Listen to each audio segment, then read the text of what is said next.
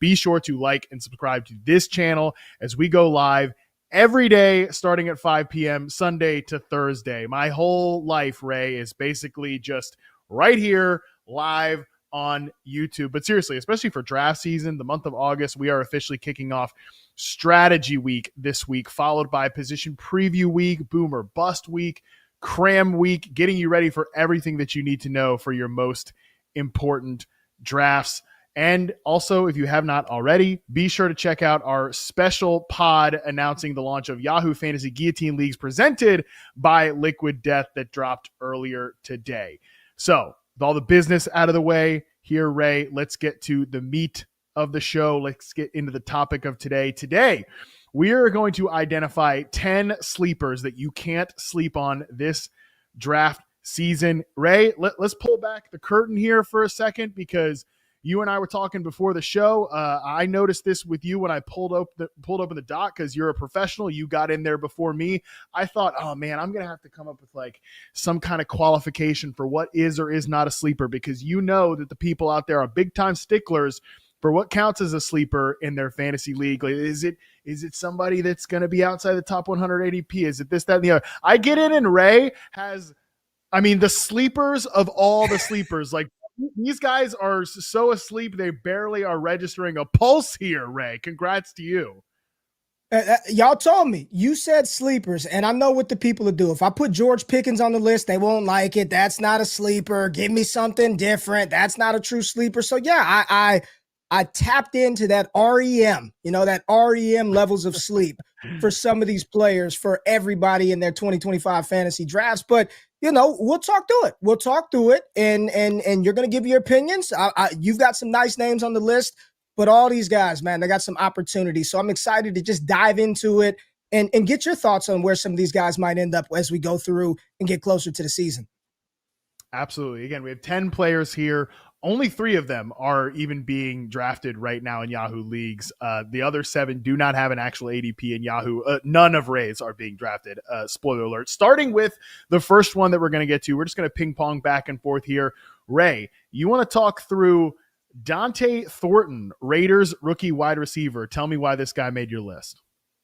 Yeah, absolutely. The time that he was drafted, 4th round pick out of Tennessee, 6'4", the speed to get down the field. And then you've got this offensive coordinator and situational flip in Las Vegas. Pete Carroll coming in, bringing over Chip Kelly. And when you look at this offense, outside of Brock Bowers and Jacoby Myers, there wasn't a lot of stickiness on the outside. They invested high draft capital in Ashton Genty. But when you're talking about bringing in a quarterback like Geno Smith, who has been one of the better quarterbacks in the NFL over the past couple of years, this is a team, Matt, they're not trying to rebuild. They're not trying to take it slow. They want to try to compete in this AFC West right now. And Dante Thornton and his skill set and what he brings to this Raiders offense, I am very excited. Right now, he is projected as the starting outside X wide receiver for Chip Kelly. And I got a little data for you. You had to go back. You had to peel the curtain back to when Chip Kelly was the head coach of the Philadelphia Eagles, 2013, Matt. Nick Foles, number 1 in the NFL, 15-plus yard pass attempts, number 3 in pass attempts that traveled 20-plus yards. And maybe that was a fluke in 2013. Oh, no. 2014, he leveled up. Number 1 in pass attempts, 15-plus yards down the field under Chip Kelly. Number 1 in 20-plus yard pass attempts for Nick Foles. So when you're talking about what Chip Kelly wants to do, he wants to run the hell out of the ball, and he wants to push the ball downfield. When you're looking at this offense, Brock Bowers probably getting more downfield work. Dante Thornton is in a situation in Las Vegas where his skill set can really shine. He's not going to be the primary. He's not taking work from Brock Bowers. But when you're talking about speed, athleticism, and his consistent drumbeat and ability to win down the field, it's a perfect match with Geno Smith's skill set. I am very much in on Dante Thornton. Do not sleep on this young rookie from Tennessee. He's going to play a lot, and he's going to play early. Yeah, he is going to play a lot, and man, he looks like Martavis Bryant in that video that we just had up there, doesn't he, a little bit? And that is the type of skill set that he is. He's one of the few, there's like 3 receivers ever that have been over 6'5" and run a 4.3 at the NFL scouting combine. I wish I actually had the list here, but it's like Calvin Johnson and then like Dante Thornton. Like, it's crazy, just the physical skill set on this guy. So, I will say my first thought on Thornton was, this is why I think it is so important to talk about player archetypes and like really get into the nitty gritty of wide receiver and like okay, this guy's the X, this guy's the flanker, this guy's the slot, because I love Jack Bech, and I do want to get your thoughts on Jack Bech here in a little bit, but after we talk about Thornton. But when they drafted Jack Bech, like, okay, I think Bech is a really interesting player, but is probably like a slot flanker type. And I think Jakobi Meyers is a slot flanker type. Somebody that can win outside much more than people think. Actually, he's only in the slot on 33% of his snaps last year. So he's not a slot only player. I don't think Bech is a slot only player, but them combined with Brock Bowers and Michael Mayer, it's a lot of kind of these guys are going to win in the same area. So I can literally remember, Ray, being in LA for the draft, sitting down with my guy, James Coe at the time, and James Coe, by the way, is the ultimate like size, speed freak. Like this is the exact type of player. I was like, bro, the Raiders just drafted Dante Thornton, freak show out of Tennessee. This is the exact type of receiver that kind of completes the room. But I also thought, based on like my evaluation of Thornton, that he might be a guy who's a little developmental. So tell me what you thought about Thornton when you watched him at Tennessee or throughout his collegiate career, because you're definitely more in the weeds with this stuff, like over the long-term journey for these players than I am. I mean, you hit the nail on the head. He is not a fully developed entire route tree type receiver yet, but I think that's why he works well in this offense, because I don't think he's going to be asked to do some of those things and the nuances that's required to be, your veteran can run every single route on the route tree type receiver. What all the reports and the beat reporters are saying out of Las Vegas is he's doing the stuff that he did very well at Tennessee, trying to simplify it for him, and to be able to man, whether it's in practice, the scrimmages, to be able to man that X receiver role as a rookie. That's a big vote of confidence for, again, a head coach in Pete Carroll that's not there to be the 10-year head coach for the Las Vegas. He's the oldest damn coach in the NFL. You got Chip Kelly coming over. In his past experience running an offense, he wants to push the ball downfield vertically. So you know what? Let Jakobi Meyers operate and do all the nitty-gritty underneath, run the full route tree, allow Dante Thornton to do what he does best, which is stretch the field. He did it in college. He's been doing it through OTAs, and that same enthusiasm, that same level of nuance that he showed early throughout the rookie process, it's carried over to the most important time, which is training camp. And by all accounts, he is thriving in that role. So I just think that his archetype, he brings something to the table that Bech and Jakobi Meyers probably don't bring to the table. And you're going to have some volatility there. It's not going to be he's the primary guy, but his ability to win down the field, that is what separates him. And that is why you should not sleep on Thornton this year. Yeah, again, just fits well in this room. I'll just a few reception perception notes on him. Pure outside receiver, 100%. In the 3 games I charted, he did have a 70% success rate versus man, which I thought was encouraging. Still, again, a work in progress in zone coverage, but the thing that was two things that were encouraging about him is he ran a curl route on an absurd 43.5% of his routes, but he had an 85% success rate. Like, he showed an ability to threaten deep. I actually think his go route separation could use some work, but like working back to the quarterback, that shows he knows how to manipulate his speed and play as more than just a stretch guy. So I think that's the sort of routes he's going to be running, that like straight line X receiver route tree. And he caught in this just these 3 games, 91.7% of his targets. Like, I thought he had pretty good hands, which that to me leads to my kind of, I know this is going to gross people out, this player comparison, but like if he's just MVS for this team, but like a better version of that actually catches the football, that's a huge W for a guy that, again, expert consensus ranking right now on Fantasy Pros is 108th. I did not plan to come with this guy as a sleeper, but looking back at looking at my rankings right now, I'm well ahead of that ranking for Dante Thornton. I have him right now in the 70s because I'm with you, Ray. He's going to play a lot, but last question on this, unless you have some more notes on Thornton. It's like, from a Jack Bech perspective, does this make you nervous at all for him, like from a dynasty angle, or are you still like okay with him? Not really. I think cream always rises to the top, and Jack Bech is a talented wide receiver. The reality is he and Thornton have a different skill set. They play different games. They move differently. They operate in different quadrants of the field. While Jack Bech can play downfield, I do believe that Thornton is going to be that downfield guy or get the ball on screens and let him try to use his speed. I think Besh could be a more complete receiver in time, and that probably is what they're grooming him for. And let's not forget, he missed a little bit of time.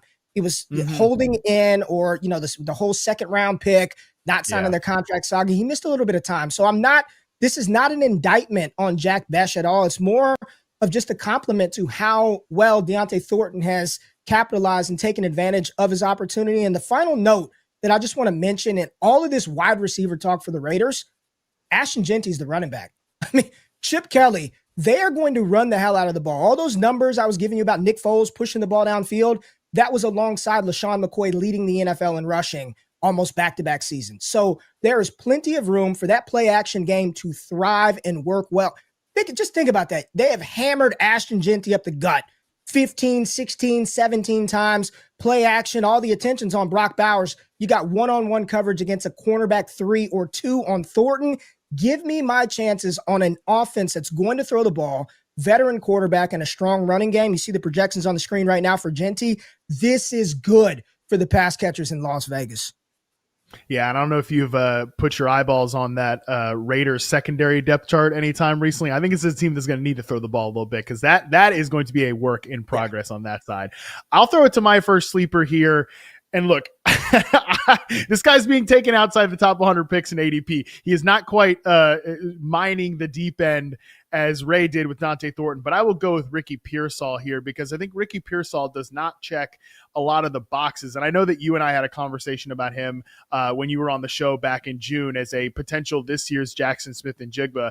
I think he perfectly fits into that box. And just for the people that were not watching the show then, some of the reasons I'm excited about Ricky Pearsall. Look, I know he does not check the boxes of the rookie breakout or the guy that really pops in these per route metrics, which are super important, but do not have the context that a guy like Ricky Pearsall really, really needs, because not only was he playing on an offense with a lot of veteran players and was not supposed to be a mainstay, the guy was shot in the chest in August after not having a full offseason program anyways, because he was dealing with some other injuries. So for Ricky Pearsall, the first few weeks he was out there, you could definitely tell that there was rust. He was not in football shape. He was not in regular shape because he had been shot in the chest in August. However, by the end of the season, the last 4 weeks for his reception perception sample, this is a guy that was absolutely smoking man coverage. He was winning as a flanker. He was winning as a slot receiver, running vertical routes from the slot, running a lot of whip routes, options, returns, things we don't normally see in this 49ers offense. He really has a singular role here, Ray. Is he going to be stepping into the vacated targets and the vacated routes that Deebo Samuel leaves behind? For sure, but he fits a very different skill set, and one that Brock Purdy and him, once they got on the same page, really had a lot of trust. He's crushing it in training camp right now. He's been somebody that there's a lot of positive buzz on him. I'm very excited about Ricky Pearsall. I'm at a point now with obviously Brandon Ayuk likely to start the season on PUP, with Juwan Jennings having a calf/contract injury right now in training camp. I think Ricky Pearsall should be the number 1 ranked 49ers wide receiver in fantasy right now. So he's someone that in the double-digit rounds is going to be available for a lot of the drafts that are coming up for people. I know that others are more hip to him, but man, he's somebody that where he's ranked right now, expert consensus wide receiver 44, I'd like to be ahead of the market on that one. Listen, there are levels to the sleeperness, right? There are levels to this. And I absolutely believe that at cost, Ricky Pearsall is still a sleeper. The graphic with the whole team, the offense that was on the screen, the producer, they just need to put the medical tent around Isaac Guerrero, Juwan Jennings, Brandon Ayuk. It's Ricky Pearsall and it's George Kittle. They just paid Brock Purdy $200 million. You think they're going to give him any sort of, it's no big deal, Brock. You don't have Ayuk. Jennings isn't. No, throw the damn ball. Get the ball to Ricky Pearsall, your former first-round pick. Get the ball to George Kittle. I don't want to diminish anything here, but a byproduct of just being available, it's Ricky Pearsall. And this is a team in San Francisco. This is not we've got a couple of years and we'll figure it out. No, we need to go get it now. Brock Purdy, we paid you to be the guy. We drafted you, Ricky Pearsall. You've got one of the best, if not the best tight end outside of Brock Bowers in football and George Kittle. Yes, Pearsall is going to outproduce his 44 wide. I'm not taking 43 wide receivers over Ricky Pearsall. So whether you want to say, well, that's not that deep of a sleeper, you're still to be wide receiver 44. That's outside of wide receiver 3 territory. He is going to return far more fantasy value than his current ranking. Yeah, 20% of his routes that I charted last year were either out routes or comebacks. He was super successful in terms of creating separation against man and zone coverage on both those routes. And Purdy, unlike the typical, this is something I think not just the fantasy industry, but like the NFL community as a whole is still slow to catch up on, Ray. Brock Purdy is not Jimmy Garoppolo. He's not one of these like cookie cutter Shanahan quarterbacks. The guy gets under center, does real deal drop back stuff, and can push the ball outside the numbers. So I think this is a guy that really can push the ball outside to a guy like Ricky Pearsall, who creates a lot of space. Purdy loves those windows. I think he could be somebody if Ayuk doesn't come back healthy, if Jennings is kind of like he's a good player, but not like a transcendent player, I certainly think there are scenarios where Pearsall catches 80 passes this year, which again is just way going to outkick that wide receiver 44 ADP. Definitely one of my favorite breakout wide receivers right now.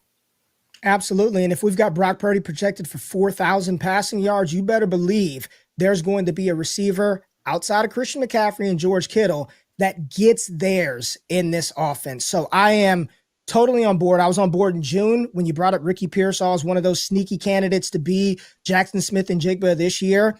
And things are, unfortunately for the other guys, kind of breaking his way early throughout training camp. So I'm in with you with Pearsall.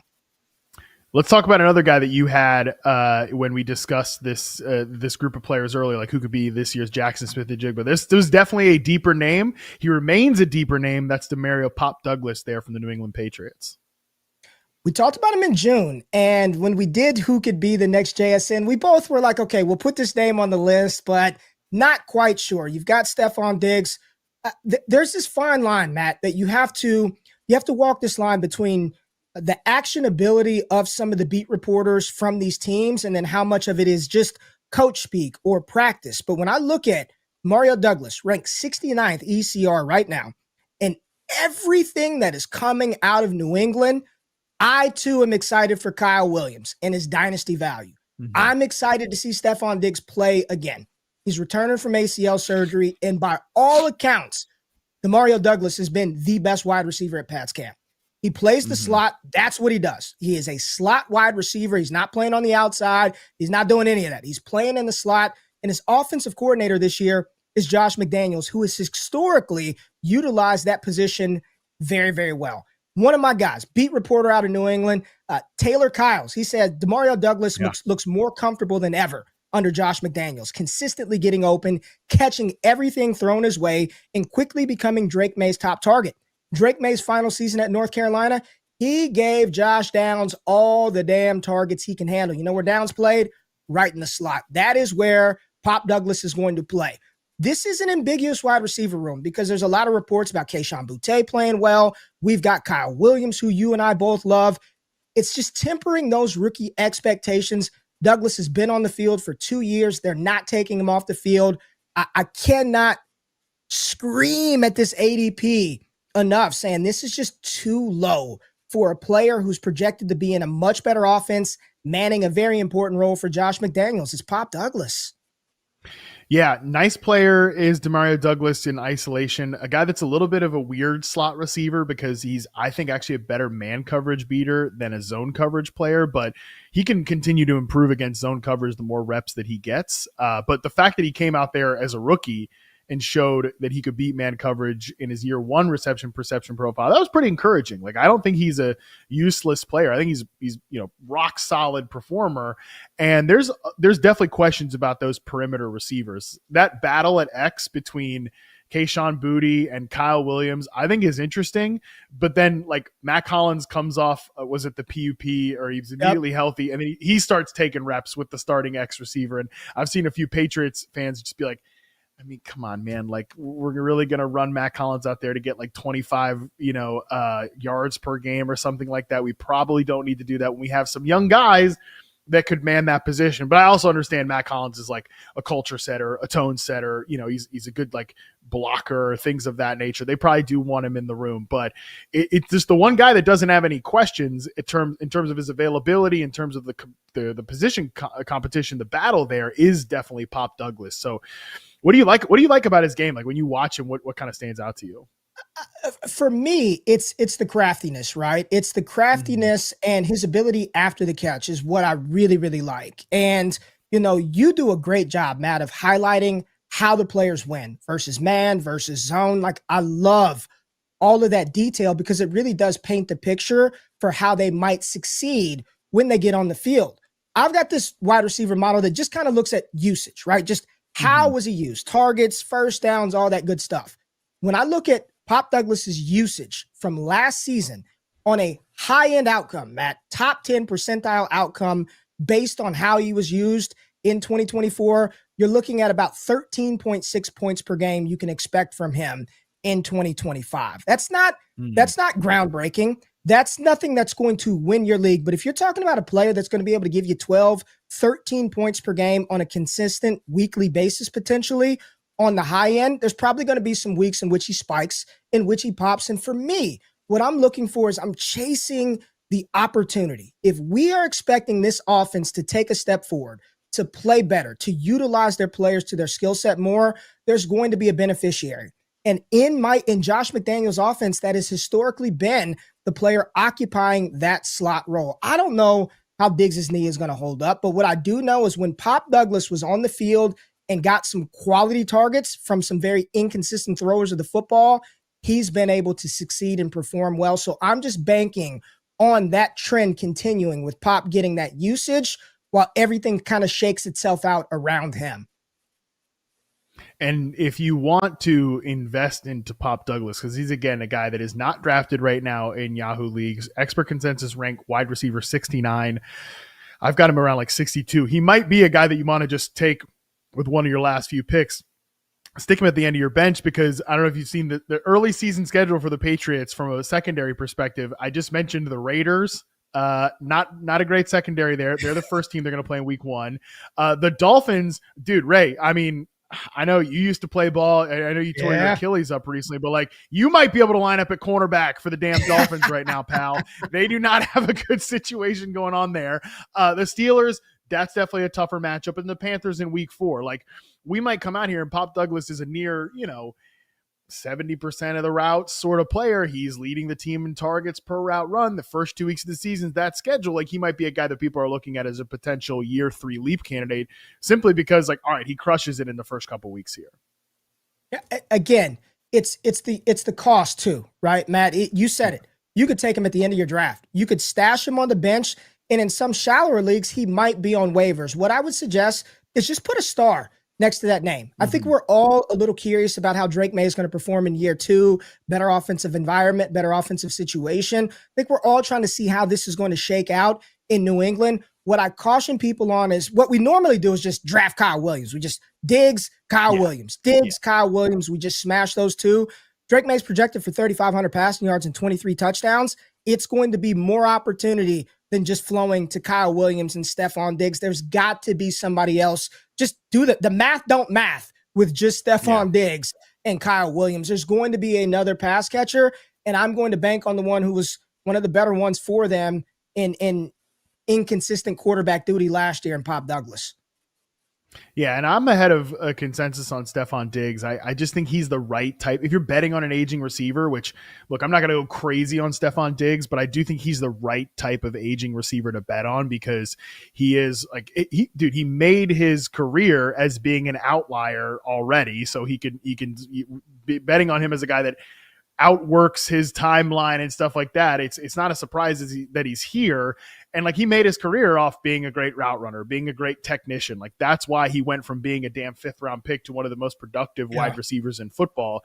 So like I want to bet on him again, a little bit ahead of ADP, not like going crazy on Steph Diggs, But a guy like Kyle Williams, who's a rookie I really, really like, he was still primarily a one side of the field player, a guy that, played at a lower level. I do think projects as somebody who can play outside, play inside. But if he is a second half of his rookie season sort of breakout player, like the Patriots have a pretty late bye, week 14 bye. We always talk about the post bye rookie bump. That might not come till later in the season for Kyle Williams. So I think you're right to call out DeMario Douglas because, man, he was somebody that, you know how this is. It's always on to the next thing. Like as soon as Kyle Williams was drafted, it did kind of feel like Pop Douglas. And I might be guilty of that too, just sort of got thrown to the side. So you're right to call him out here as a potential value pick. Just a quick question. No, you don't have any concerns. Diggs, the knee injury, that doesn't give you any trepidation at all. Or do you, I mean, he looks good, but do you, how are you just feeling that one? It's got to give you pause. I have what I can tell you is that he was playing pretty good football before he got hurt, right? Like that's the best thing we can say is that, and I always talk about this. I'm curious if that's reflected in the Trinity and all of that. Like for me, it's always tough with aging receivers, man. Like some guys, I go back to like Des Bryant with the Cowboys or Allen Robinson. Like there's that drop. And then there's the cliff. That's it. They're off. Like it's over so fast.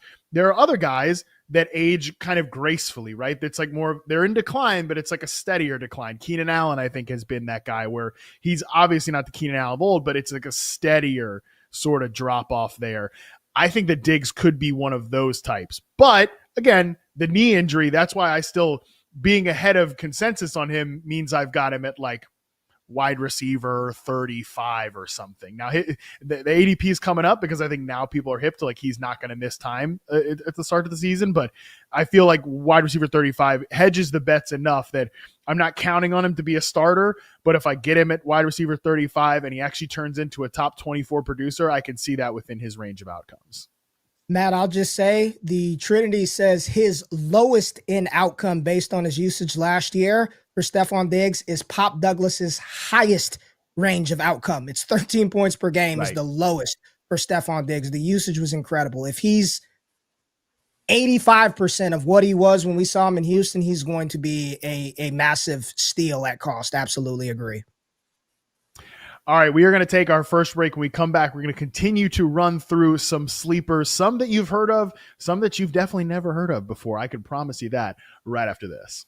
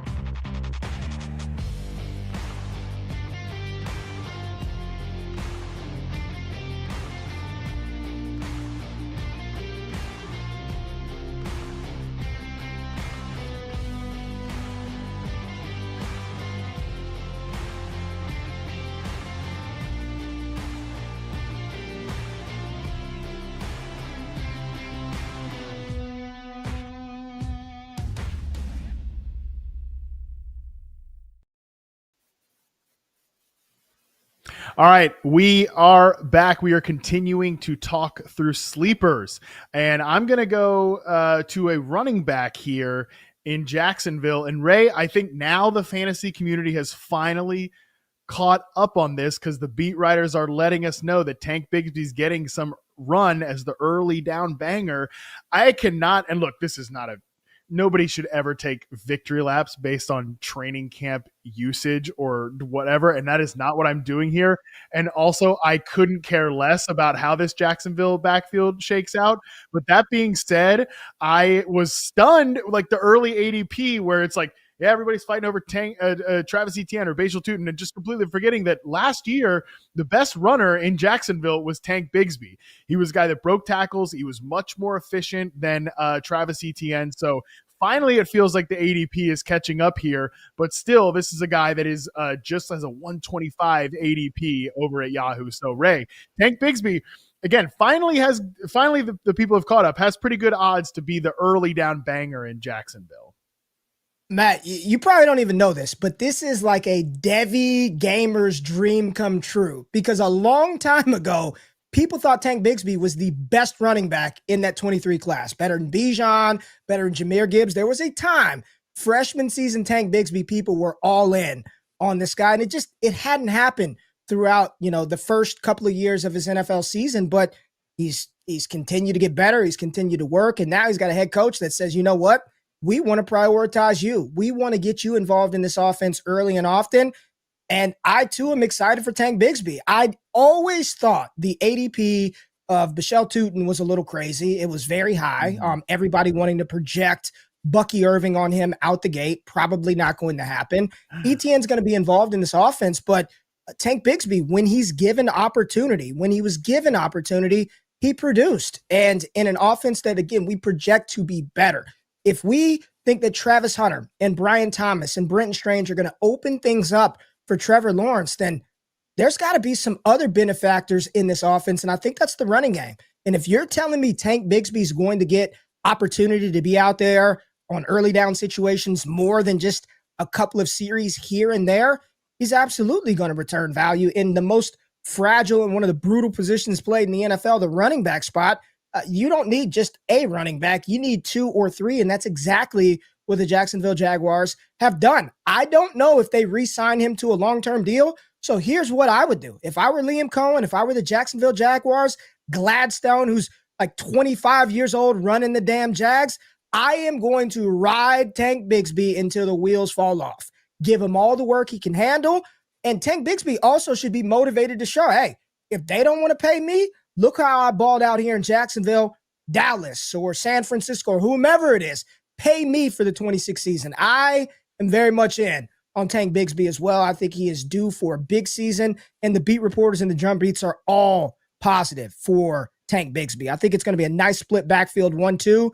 I'm with you, man. So, full disclosure, we had an episode on the show. I had Ray on for the Who's Going to Be This Year's Jackson Smith and Jigbo when Scott Pianowski and I did and look, honestly, didn't even want to do this one because, Bucky Irving is like the darling of the fantasy community. The fantasy counts can't stop talking about Bucky Irving as if he's, the Lord God incarnate himself. I didn't want to do it. And also because I knew we were going to get it wrong. We did end up saying like the most likely candidate to be this year's Bucky Irving is probably Basil Tutin, but we were going to get it wrong and it's not going to happen. Right. So, but one thing when you look at the Buccaneers run game last year, Ray, and this is from fantasy points data, they were number 1 in yards per carry on man gap runs. They were number 3 in success rate on man gap runs. Now, I'm not sure if you would agree with this, but tell me if you do or don't. I think if Basil Tutin is going to be his most effective self, he is probably more of a zone runner. He's probably a guy that like one cut, get to the outside and go. And Liam Cohen probably is going to have some of those concepts. And that's why I do think it will be a split backfield. And I think that Tutin will have moments. But if you look back at the Jacksonville Jaguars last year, number 1 by a good amount in success rate and yards per carry on gap runs, it's Tank Bigsby. 4.13 yards per carry to 3.29 for Travis Etienne in terms of yards per carry on gap runs. Now on zone concepts, it's a little closer, 4.42 to 4.14. So I just think like if they're going to lean into some of those more power concepts, more like up the gut stuff, Tank Bigsby profiles as that guy. I don't think he's going to be the feature back here, but he's certainly the guy that I right now I think is the best bet in the Jacksonville backfield. And like you said, this is an offense that we want to get excited about. This has Brian Thomas Jr., an 80% success rate versus press coverage in his rookie year, like a true superstar. Travis Hunter listed as a starting wide receiver, a second string cornerback. What does that mean? Probably nothing, but I do know that he's a baller. So I think this is just an offense we want to be ahead on. And I do think right now, if I had to pick today, the right answer at running back is probably Tank Bigsby. I'm not going to argue on this one. I totally and 100% agree with you. When you hear the reports early, you're kind of like, okay, how much of this is just the veteran talk? We're talking up Bigsby. He's been in the building. He's doing the right things. But the more you read from everyone, this is the guy that looks like he's going to be the early down guy. He's going to be a big part of this offense. And you just look at Matt, just his raw numbers from last season.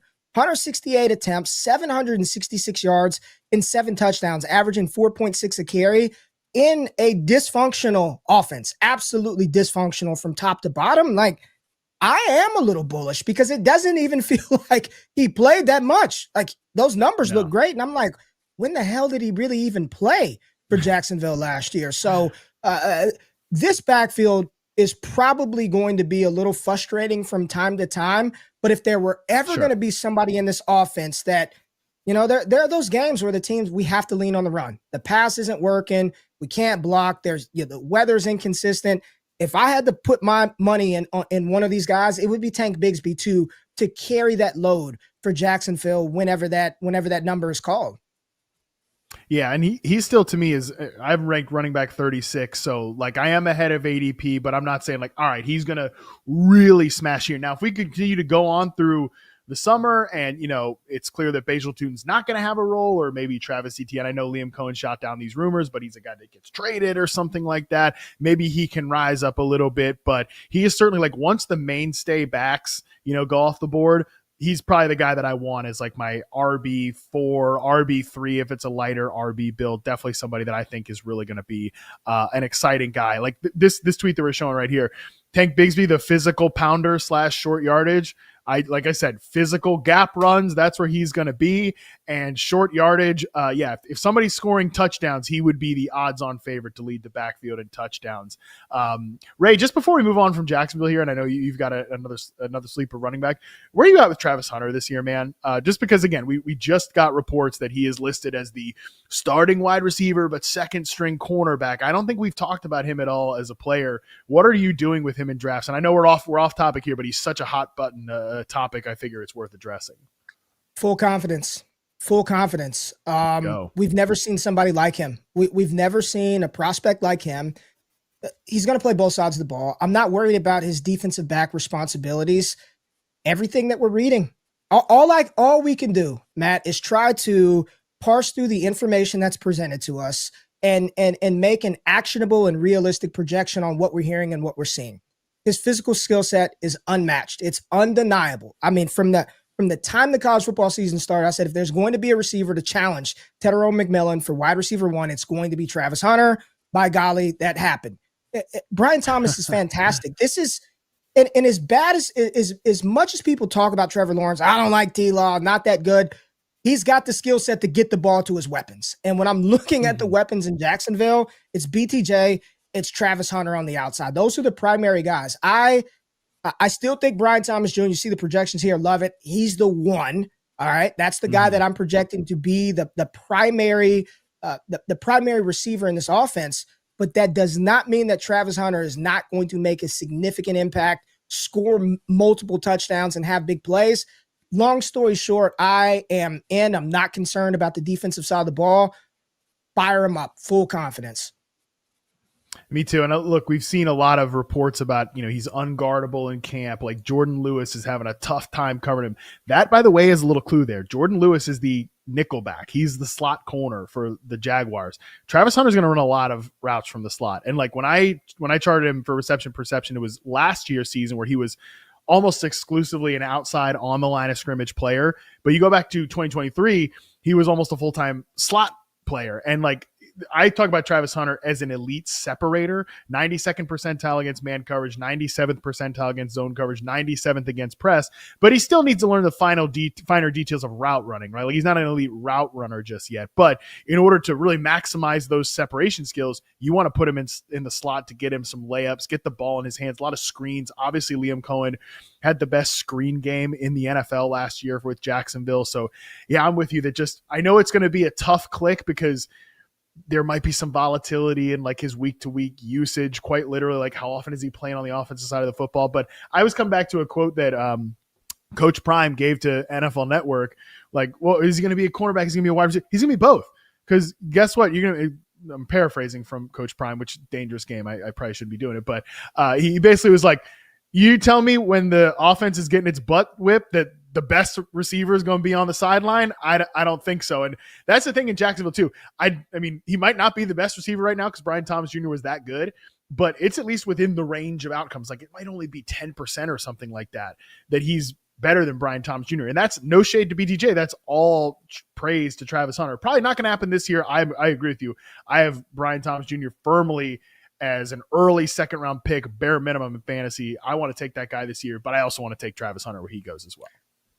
And I always say this, when it comes to fantasy football, my rule of advice is when you're about to press that button, draft on a player or pass on a player, like what player would you just like hate yourself if you passed on that player and they went off? Like you just could not forgive yourself.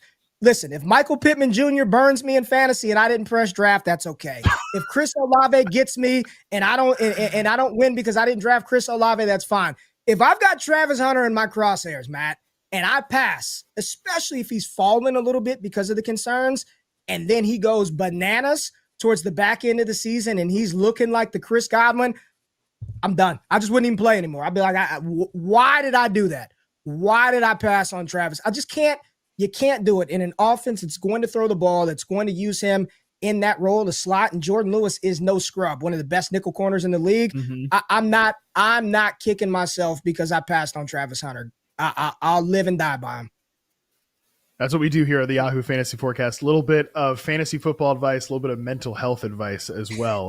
Do the thing that you can stomach, that you can live with. And I can definitely live with going down with the ship for Travis Hunter. Let's stick in the AFC South. Let's get back to talking running backs here. Your next sleeper here, Ray, is Woody Marks, another guy that is not being drafted in Yahoo right now, has an expert consensus ranking of running back 77. This is the guy I think, Ray, that needs to be drafted. Tell the people why.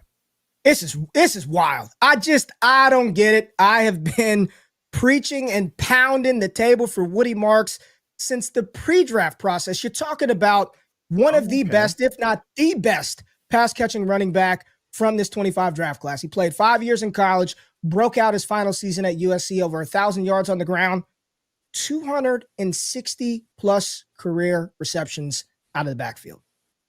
200. He's a running back. Not a receiver. 260 receptions. And then the Texans, when they could have drafted a litany of running backs, they said, man, we're going to trade a 26 pick, move up in the fourth round, and we're taking this guy. That's step one.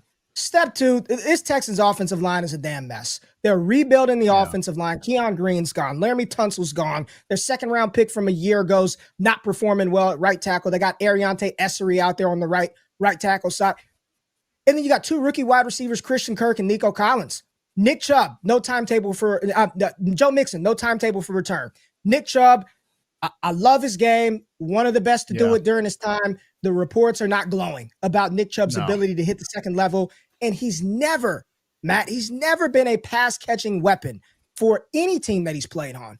This is, again, almost in a weird roundabout way that we talked about Ricky Pearsall, process of elimination. It's Woody Marks is going to factor into this offense on a team where the offensive line is sketchy, probably a lot of dump offs from CJ Stroud. We know he was running around for his life last season. The best thing for Houston is for Mixon to get healthy. But if he's not, Woody Marks, 4-minute offense, 2-minute drill, passing down situations, and he's not a scrub between the tackles. He's no Nick Chubb. He's no Joe Mixon. He's never going to be a bell cow rusher. But Matt, you know, like I know, as well as our audience knows, a target is worth a lot more in a rush attempt. And this guy is very proficient at doing that. 76 running backs ahead of Woody Marks. Like, stop it. Stop it. Stop. Even if you didn't like his profile coming out, well, Ray, he's going to be 25 at the end. I don't give a damn about that. You think I care about his age at the end of the season? I don't care. Opportunity is a knocking and a calling for Woody Marks, and this is what he does. I don't think the Mixon injury changes his projected outcome. This is what he was brought in to do. This is what he's going to do for Houston, and he's probably going to get a few more opportunities out of the backfield with the injuries at the running back position. Yeah, I like this one a lot. Just the Texans behaved weirdly at running back all offseason, right? And it was because of this Joe Mixon injury. And we still don't really know like what the deal with the Joe Mixon injury is, because he was placed on the NFI list, which implies it was not that's quite literally not football injury. Like, so we don't really know what the deal is there. There's no timetable for return. Reading the reports on Nick Chubb just like make me sad, man, because like the reality is Father Time always wins. He's undefeated. He always will be. He will come for us all. What did Mike McDaniel say today? It's not a good morning. It's a great morning because we're one day closer to being dead, which, man, Tyreek Hill really wearing on Mike McDaniel. He's man. That's how he's talking down there. But I mean, yeah, again, point being there, Father Time always wins. It's definitely undefeated. It is one against Nick Chubb, I think, which sucks because Nick Chubb's a great player. But I think one of the things you highlighted here that's really important is Woody Marks' passing game role, how productive he was there. And I think this is an offense, Ray, that is under transition here, right? Obviously, they brought in Bobby Slowick from San Francisco, brought him with DeMeco Ryans. I think Slowick was good at installing like the Shanahan play the hits offense, but couldn't do much beyond that. And it was clear they needed a lot more than that last year. This is a team that was very conservative with the early down runs in neutral situations. But because of this offensive line, there's no chance they can do that this year. I think there's a chance they could be one of the more like pass heavy offenses in the league. And that is going to lead to a lot of, hey, Woody Marks is on the field. Woody Marks is catching passes, especially like, yeah, we got to dump that ball off quick. So CJ Stroud has an answer. He did not have an answer in the check down game last year. I think Woody Marks and some of these slot guys like Christian Kirk, Jalen Noel, they could be part of that answer this year. And that's all it is, Matt. I'm not saying that you need to take him, in round 10. You need to draft him in round 11 because he's going to be the starter, because even with diminished burst, I still think Nick Chubb's trust, his veteran leadership, he probably will get the veteran nod to be on the field on early downs. But when you need a play, get me the guy who's going to play in space. I want to have the guy who's going to catch, to at least have the opportunity to get the ball in an offense. Like you said, the offensive, this is a work in progress. And here's the thing about the one thing that could work against Woody is the other side of the ball. They're probably got a top 3 defense in the NFL. I mean, defensively, they are going to be very good up front in the secondary linebacking core. So I don't see them getting in a lot of games where CJ Stroud, it's going to have to be a shootout. But if you can't run the ball and you can't protect your quarterback, the quick game is going to have to be a part of this offensive scheme. And Woody Marks' skill set, it definitely lends to being a productive fantasy asset in that quick game, in that screen game. And again, he's good enough to get a couple of carries between the tackles, but you're not going to view him as the primary ball carrier for that offense. Yeah, I really like it. I mean, it's like, even if it's a bit of a PPR scam, I think that's fine. I think it's part of the direction of where this offense is going. Do you like, I've seen some people kind of speculate that he's more of like he just can't really get there from like a gap run perspective. He's more of a zone runner. Like, what do we think this offense is going to be under Nick Caley? Because he's an interesting guy, right? He comes from a Patriots background, but spent so much time with Sean McVay. But a lot of that is when they kind of transitioned to more of a duo-heavy run game. Well, I'm writing about this. I got an article dropping on Yahoo tomorrow talking about some ambiguous backfield. So I was talking about Woody Marks and the potential offensive deployment.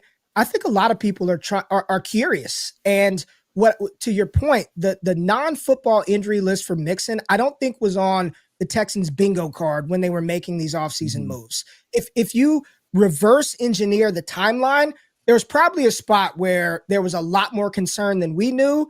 when they brought in Nick Chubb. I bet you if we just go back to what was being said about Mixon, there was some more concern about that. I don't know if that was present in April, or they may have made a different decision about the running back they drafted.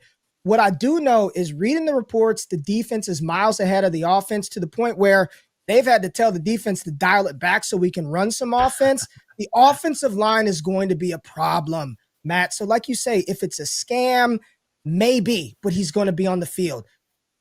He's fine running the ball. He's not a great just line him up, hand him the ball. I think he's fine, but that is why Nick Chubb will play. Right? Joe Mixon, that's their best opportunity at finding rushing success, is having him back and healthy, but who knows when the hell we're going to get that, if we do at all.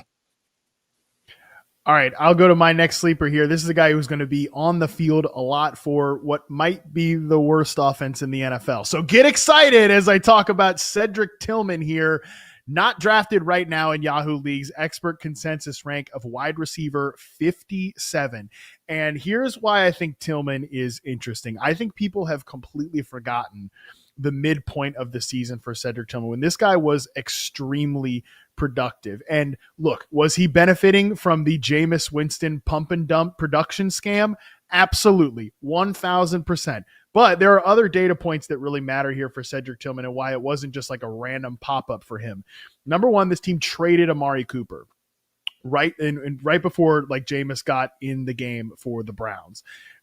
Amari Cooper was the Browns' X receiver, and I think actually played some. He's obviously unsigned right now. He did not have a good run in Buffalo. It did not go well for Amari Cooper, but he was the Browns' X receiver. So prior to that, there was no opening for Tillman to get on the field. Tillman was, like he was running kind of like, in the games that I charted for him, he was like almost a 40% slot player before Cooper went down. And like, that's just not his game. He is a perimeter X receiver, 62nd percentile success rate versus man coverage, 70.2%. I mean, you know this too, Ray, when we're talking about receivers and you like with the Trinity and everything, sometimes like, nitty gritty, what details really matter? You want a quick and dirty, like receivers we should care about. If you are an outside receiver and you beat man coverage over 70%, we're interested to some degree, and we want to see how you can continue to develop. So I think that Tillman being a guy, a true X receiver, beats man coverage, pretty good ball skills as well. I think he was like a developmental guy as an X receiver coming into the league, developed in his rookie year, was developing early on. They trade Amari Cooper. And then what I think people really forget, Ray, is just how close the production was between Tillman and Jeudy before Cedric Tillman's season ended with those concussions. If you just look from week 7 to 12, this was, again, Jameis is under center, Amari Cooper is gone, and this is right to when Tillman's season ended in week 12 with those concussions. The distribution is like Tillman actually has more fantasy points, 64 half PPR fantasy points to 58.2 for Jerry Jeudy. He has 3 touchdowns to 1 for Jeudy. He has 44 targets to 42 for Jeudy, 26 catches to 25 for Jeudy. Like that was a very close split. And you look at the ADP right now, the gap is ginormous. So look, I'm not trying to use a quote from my old friend Andy Behrens, like find new and creative ways to invest into the 2025 Cleveland Browns. That being said, if I am going to take a Cleveland Browns pass catcher, it's not going to be Jeudy at ADP. It's not going to be David Njoku at ADP. It's probably going to be like a near free Cedric Tillman. You and I, my friend, are in absolute lockstep. And before I get to Tillman, can we just say it's a damn shame this offensive line has to block for Flacco, Jerome Ford. Can we get Conklin and Teller and DeJuan Jones? Like, can we flip-flop? Give this to Houston. Give this offensive front to Houston. Right. You know, I mean, come on, man. But Cedric Tillman, you talked about I don't know. Then it looks like an expansion roster in Cleveland, which is pretty unfair. But you know what? Based on what they've done with the quarterback position, they probably deserve it. Yes. Tillman, you said week 7 through 12, right? 7 through 12. Yeah. And just when you just look at how he was used during that time period over the last 5 years, historically, that usage, his targets, first downs per route run, yards per route run, his high-end range of outcome, if you just take that small sample size, you're talking 16.7 points per game. That is the range at the top 10 percentile based on how he was used during those weeks. And you are absolutely right. The usage was better than Jerry Jeudy. He was better in that small window of samples, which I don't think it's like super small, but it's not a complete season. He was incredible. And he was a very talented receiver at the University of Tennessee, came into kind of a crazy situation in Cleveland, but it's Tillman, it's Jerry Jeudy, it's David Njoku. That is what this offense really has, outside of some hope from the backfield. At cost, wide receiver 57, and Jerry Jeudy's coming off the board, 30? What's Jeudy, 30 something? Low 30s, 30, something like that, mid 30s. I mean, he's free. Tillman is free. Tillman is absolutely free. I mean, the concussions, we can't predict that. We can't project his health for not just Tillman, but for any player.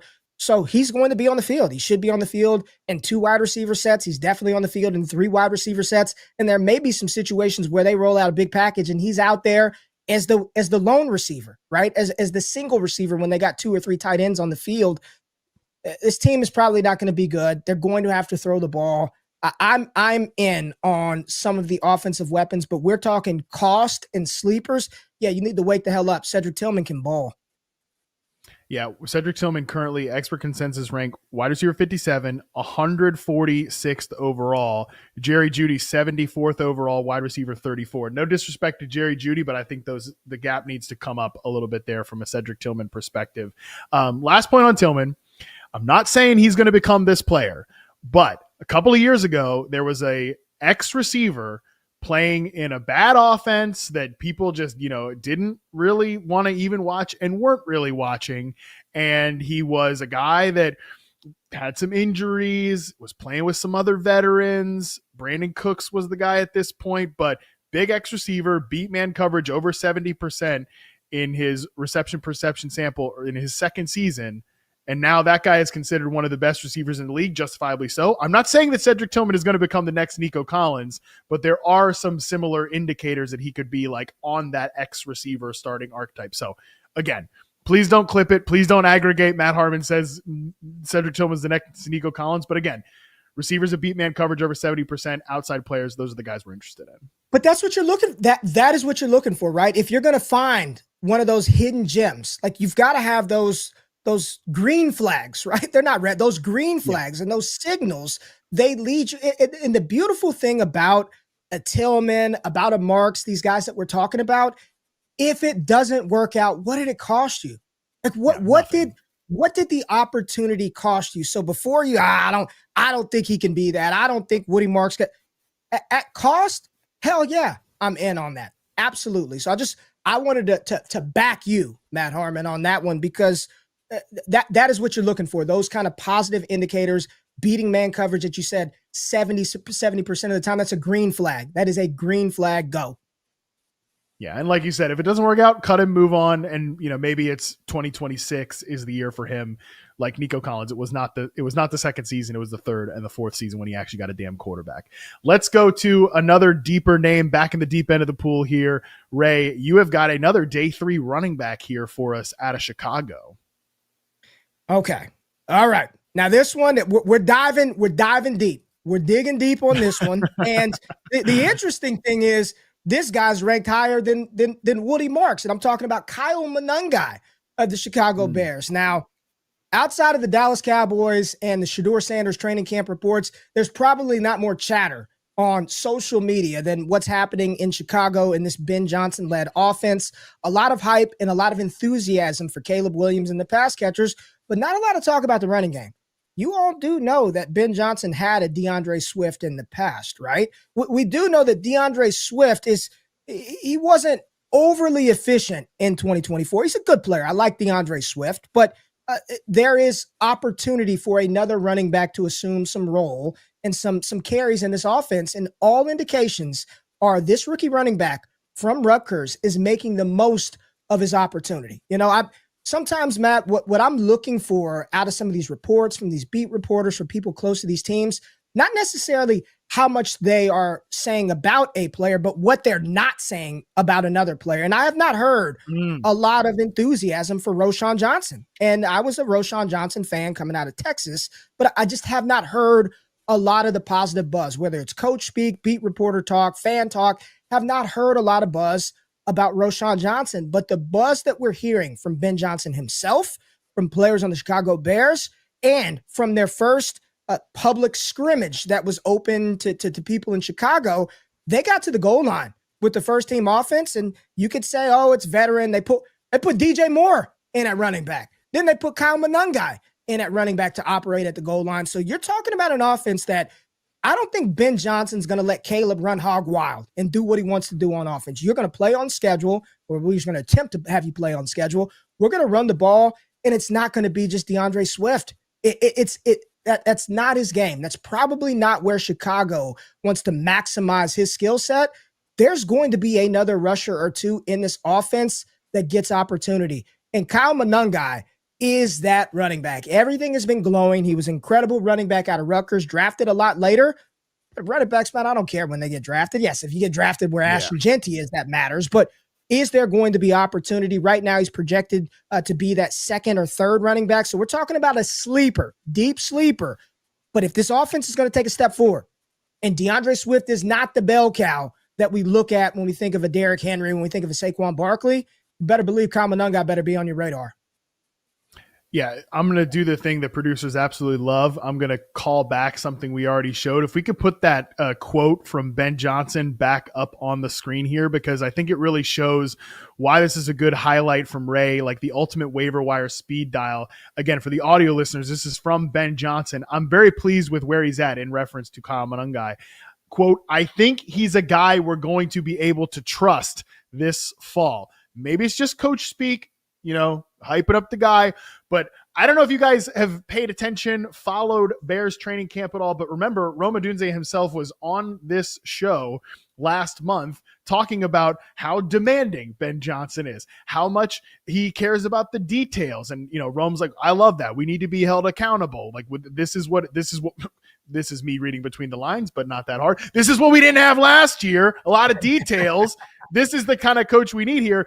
So if you can't figure it out quite yet, the T word here in this quote is big. Trust is big for a guy like Ben Johnson. So, man, I love seeing him talk about this day 3 running back this way. So again, maybe you definitely do not even need to spend a draft pick unless you're in deeper formats, or like, look, what Boone and I were talking about on our last show, 18-round guillotine leagues here at Yahoo Fantasy. Yeah, go ahead and spend a little pick on Kyle Monangai there. But for your regular leagues, not just typical size, whatever, keep this guy on waiver wire speed dial, because if it's not DeAndre Swift, if it's not Roschon Johnson, this is a guy the current coaching staff is actually invested in. Yeah, that's all it is, right? Put a star next to this name.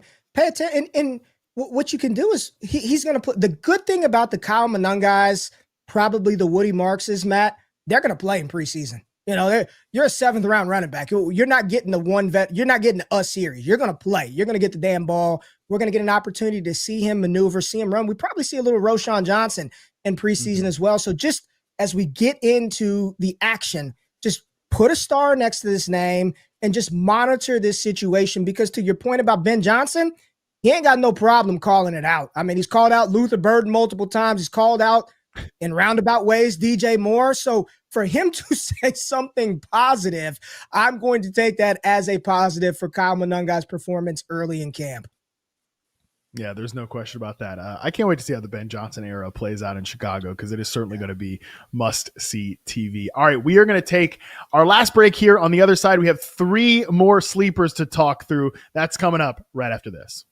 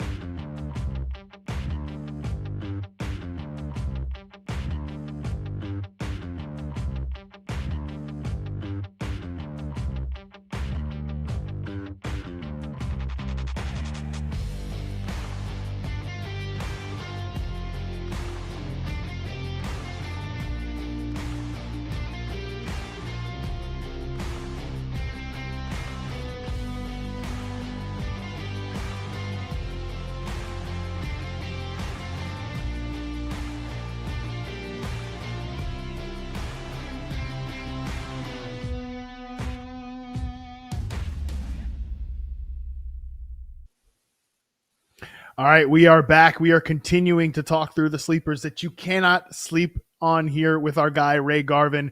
Let's go to Dallas for this one. My sleeper number 4, it is Jaydon Blue, the rookie running back. He does have a Yahoo ADP. Sorry to report.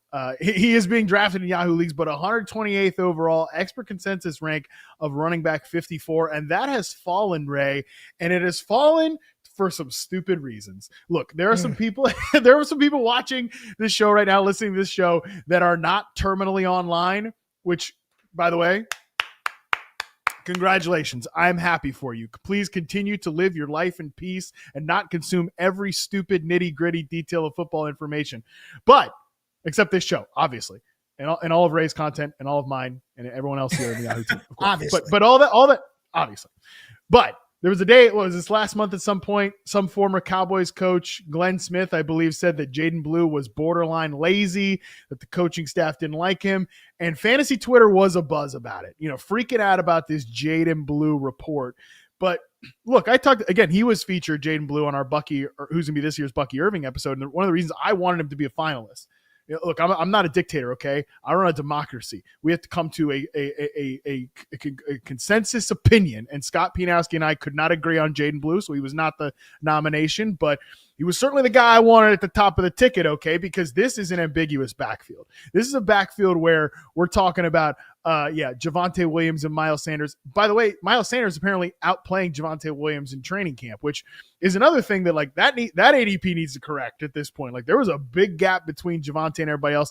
I think Javonte is the guy I really want to root for. Really liked him as a prospect, but he has just not shown burst and not shown consistency as a player at all so far in the NFL. So because of that, I think there's a real opening for a guy like Jaydon Blue, because neither of these two guys, Javonte or Miles Sanders, are passing game weapons.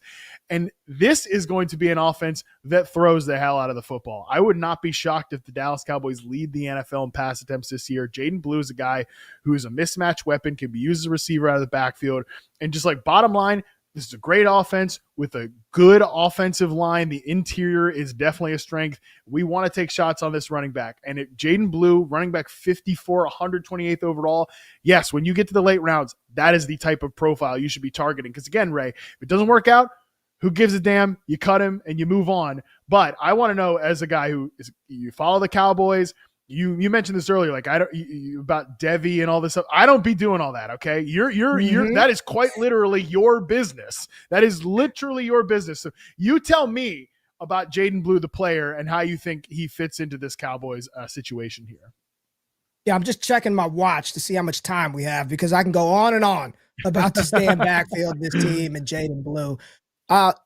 It's really, sometimes I'd like to keep things very simple. Okay. But sometimes it's just keep it simple. You've got a passing offense led by Dak Prescott, and I'm not getting into playoff wins or any of that. Dallas Cowboys last year threw the ball 637 times between Dak and Cooper Rush. 637. Okay. You've got CeeDee Lamb and George Pickens, who are going to command a ton of attention on the outside. And you have a really good tight end in Jake Ferguson, kind of work in the middle. The thing that this offense lacks from either Miles Sanders or Javonte Williams, there's no speed. Neither of those two running backs bring an element of speed to this offense to truly unlock some of the things that Dak Prescott likes to do, right? Tony Pollard, Ezekiel Elliott, we've been chasing that next running back in Dallas for years, and we were surprised when we got the 1,000-yard seasons out of Rico Dowdle. Shout out to him. He's in Carolina now.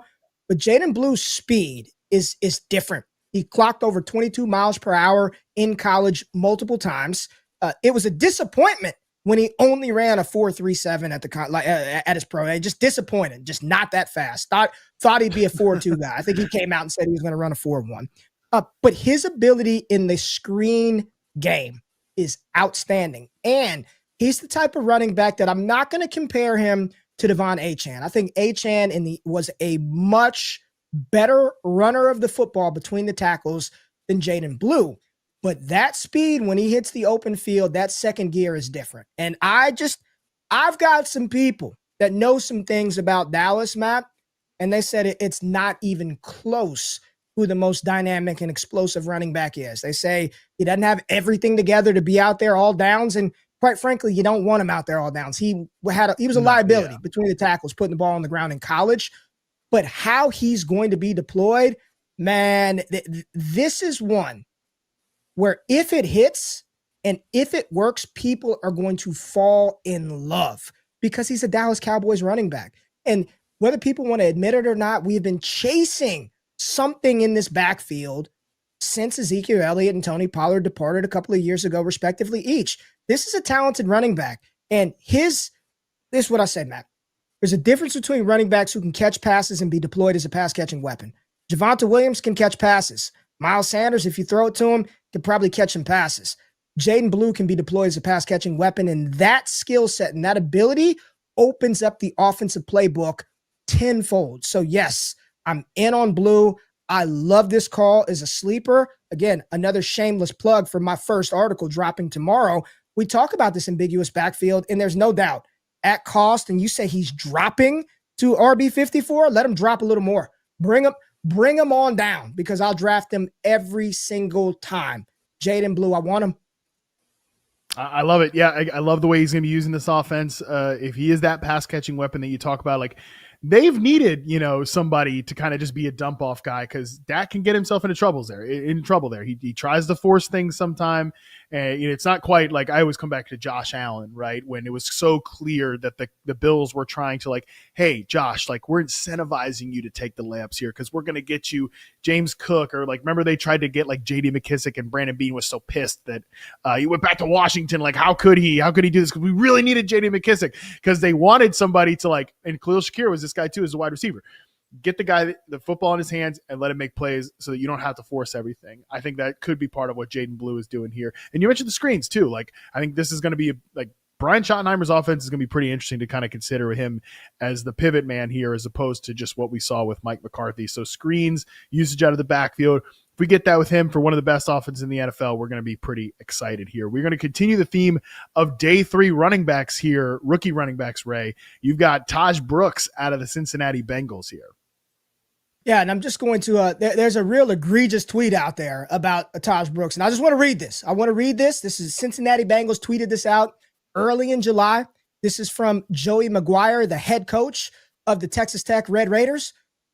His ability, talking about Tahj Brooks, to make people miss, his ability to catch the ball out of the backfield, he really reminds me of Emmitt Smith. Okay. No. I'm not going that damn far. I'm not going to Emmitt Smith here, Matt. I see you about to fall out. I'm not going to Emmitt Smith. But the way to set the bar like very reasonable here, everyone. We just got to bring it down to reality a little bit. They let go of Zach Moss, and they've got Chase Brown, who projects to be the starter, the lead back.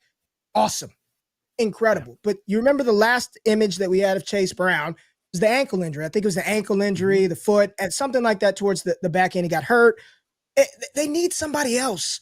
And Tahj Brooks is a bowling ball of muscle, 230 pounds, productive every single season at Texas Tech. And at that size, he's kind of built like Mike Davis. He catches the ball. 27 receptions, 29 receptions, 28 receptions over the final 3 seasons in college, playing on the offense, that neutral pass rate. Cincinnati, what are they going to do? Throw the ball. He's projected as the RB3 right now. So this is another guy. Don't draft him, put a star. But the first hurdle that he overcame was Zach Moss. They said, we're comfortable enough with Samaje Perine and Tahj Brooks that we're going to let him go. Now, I don't think Brooks is going to usurp Perine out the gate, but he's a great insurance policy for Chase Brown. And there's some beat reporters that said if Chase Brown goes down, this is a guy Cincinnati can count on to run the ball 20 plus times. If Samaje Perine goes down, this is a guy that we can count on to be out there as the pass protector on third downs. It's identifying these situations that are just good. If the offense is good and the player has some opportunity, like that's half the battle. Instead of trying to sift through Cleveland and sift through some of these bad situations, give me the team that all they want to do is throw the ball. That's what they want to do with Joe Burrow. They want to throw the ball. He is going to get some opportunity, and it's probably going to start slow. But this, you know what this kind of player is? If something happens to Chase Brown, how much of that fab budget are people going? That number one waiver priority is going to Tahj Brooks. People are unloading the clip to get him if something happens to Chase Brown, who was also a non-highly drafted running back. Just keep that in mind too. Right. They've already shown it that, hey, like pedigree is not super important. It's just, can you get in there and can you earn it? Chase Brown did earn that last year. He, obviously took the job away from Zach Moss really, and then Moss got hurt. He really just went ahead and ran with it. And I talk about this all the time. There was the quote that I heard from Zach Taylor at the combine when I was at that presser, where he's like, we don't want to have Chase Brown out there getting like 90% of the snaps, getting all of the workload and stuff like that. Well, okay. I mean, that's fair, but if we can get him down to 80%, he can still be like at his ADP, or 75% and be like a good pick at his ADP, and there's still room for somebody else here. But the reality is, Ray, and you said this, like if anything ever happened to Chase Brown, people would be all over Tahj Brooks because they've shown that faith in him now at this point. He is the great like one injury away type of bet. We're going to do a show later in the summer on one injury away players, and I'm sure that Tahj Brooks will come up. Yeah, but that's the fun of this, right? When you're thinking about those sleepers, I don't want to just present an option that they might get a couple of points and you may be able to plug him in a flex spot. Like Tahj Brooks, if things break right his way, and we knock on wood because we like Chase Brown, we don't want anything to happen, but it's football. Things will happen. If something happens, that is the type of running back. Again, Chase Brown wasn't a first-round pick, a second round. He was a day 3 running back that turned himself into a premium fantasy asset due to his skill set and his offense. The same thing presents itself here with a player like Tahj Brooks, because we know what P. Ryan is. He's not going to be your league winner. It's going to be Tahj Brooks. You know how you win your fantasy leagues, Ray, is you find those breakout tight ends, okay?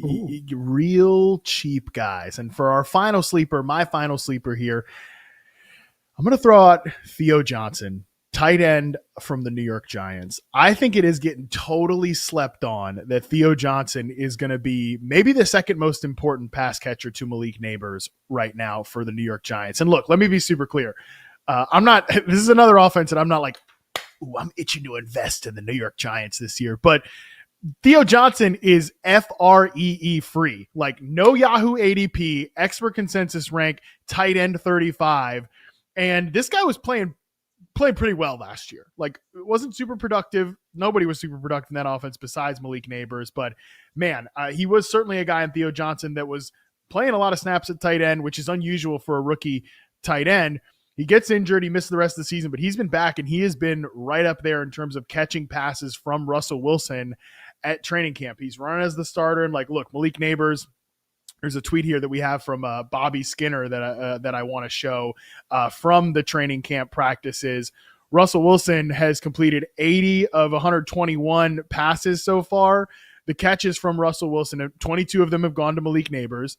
No shock. Almost damn near 30% of the completions have gone to Malik Neighbors. We expect that. Tyrone Tracy is 13. Right behind him is Theo Johnson at 10. That's more than Darius Slayton. That's more than Wan'Dale Robinson. Like, this guy is going to be super involved. And again, he's tight end 35 in consensus rankings. And the archetype of a breakout tight end is this. It's the super hyper athletic guys that are raw, but like when they hit big. Think of like Logan Thomas in years past. Think of like Darren Waller, right? These guys were position converts, but they were freak athletes who really got rolling as they figured the tight end position out. It's still a little early in Theo Johnson's career, but according to Mock Draftable, Ray, this is a guy with 93rd percentile broad jump, 96th percentile vertical jump, 91st percentile 40-yard dash, 90th percentile 10-yard split, and he's got the size for it too, okay? Like, this is the archetype of a breakout tight end that kind of comes out of nowhere. It's like, whoa, where'd this guy come from? It's these athletic guys with not a lot of experience. These are, again, it's a totally free draft pick. He is somebody that in deeper formats I want to take and just kind of see what happens. I almost had him on my list. I was this close to having Theo Johnson on this list, and I don't think it's that crazy of a stretch at all. You look at you don't even have to go look at advanced data. Just, you could look at how his season started: 4 targets, 0 targets, 3 targets, 1 target, and then how it ended: 4, 6, 6, 6, 5. I mean, there was something that happened inside of that offense where He gained the trust of the coaching staff. This was a rookie tight end who, I mean, his career at Penn State was fine, but he was no Tyler Warren coming out. Mhm. And as much as the people, the WWE community wants to boo Russell Wilson at SummerSlam yesterday, they wanted to boo that Russell Wilson. This is a hell of a lot better quarterback situation than they had last season. Rolling out Danny DeVito, Tommy DeVito, whatever his name was, and the other collection, Drew Lock. Russell Wilson is a better quarterback than those guys. I'm not saying he's got any dynasty value. I'm not saying anything. He's a better quarterback, and it's going to help out some of those pass catchers. And I do believe a primary beneficiary will be Theo Johnson for everything that he wasn't coming out of college to finish his rookie season, 29 receptions, 333 yards. That's not bad for a rookie tight end. It's not Brock Bowers. Okay. It's not Brock Bowers, but I'm fine with that. And a player who's sort of similar to a degree. And I'm looking this up right now because I'm almost positive without even looking.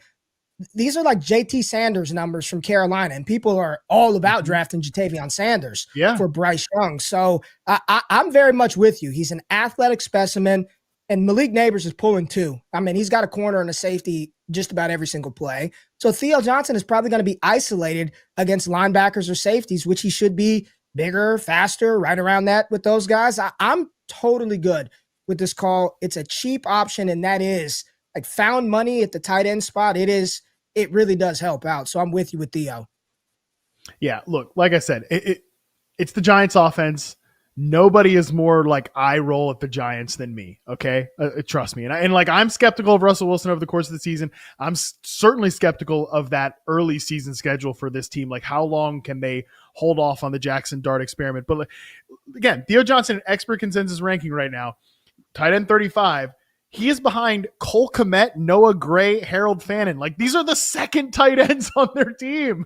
Like, I think Theo Johnson is a better bet than where he's going right now. In addition to just some other starters, like, I would probably take him over. So yeah, certainly, again, the archetype of a breakout tight end. I did not expect to come in here and say, like, yeah, take this New York Giants player who's not named Malik Neighbors, but because of the just completely free nature of it, that is why it had to be done. This has been a hell of a show today. We are live for the first time on YouTube this season. We are going to be live all the damn time. This is our new normal. So we want to thank you guys for watching and commenting in the chat. We're going to be sure to incorporate you guys moving forward even more. Here are just 3 favorites to highlight. Fantasy Football Garage says, Ray, stop hyping Blue. We want to get him cheap. Too bad. Ray is here to hype up Jaydon Blue. Gavin. No, it's Gavin. Jeez, I can't read. Font's low. Gavin Ferguson, Hunter, greater than Packers wide receiver 1. I agree with your take there. I would agree with that, Mr. Ferguson. Jaws says the ghost of Al Davis approves of the Thornton pick. I thought that as soon as they took Thornton to, in addition to being like, hey, James Coe, you're going to be excited about this guy. My second thought was, damn, that is the speed X receiver they need. My third thought was, I mean, you're wearing the wrestling hat right now. The Undertaker gif, coming out of the coffin, had to be Al Davis when they took Thornton on that one. Love it, man. Keep them comments coming. We appreciate y'all. We appreciate you. We appreciate you, Ray Garvin. Tell the people what you got working on. You mentioned your debut article. What else is coming up from you that people could check out on Yahoo, elsewhere that you're working on? Let them know. Content. Very, very excited about the article that's dropping tomorrow. Ambiguous backfields. The same thing that I'm dropping on here. That's how the articles are going to flow. They're going to get me. They're going to be entertained. They're going to get some actionability out of it. And anything from me, usage, schemes, rookies, 2026 class. You could find that on my social media account at RayGQ.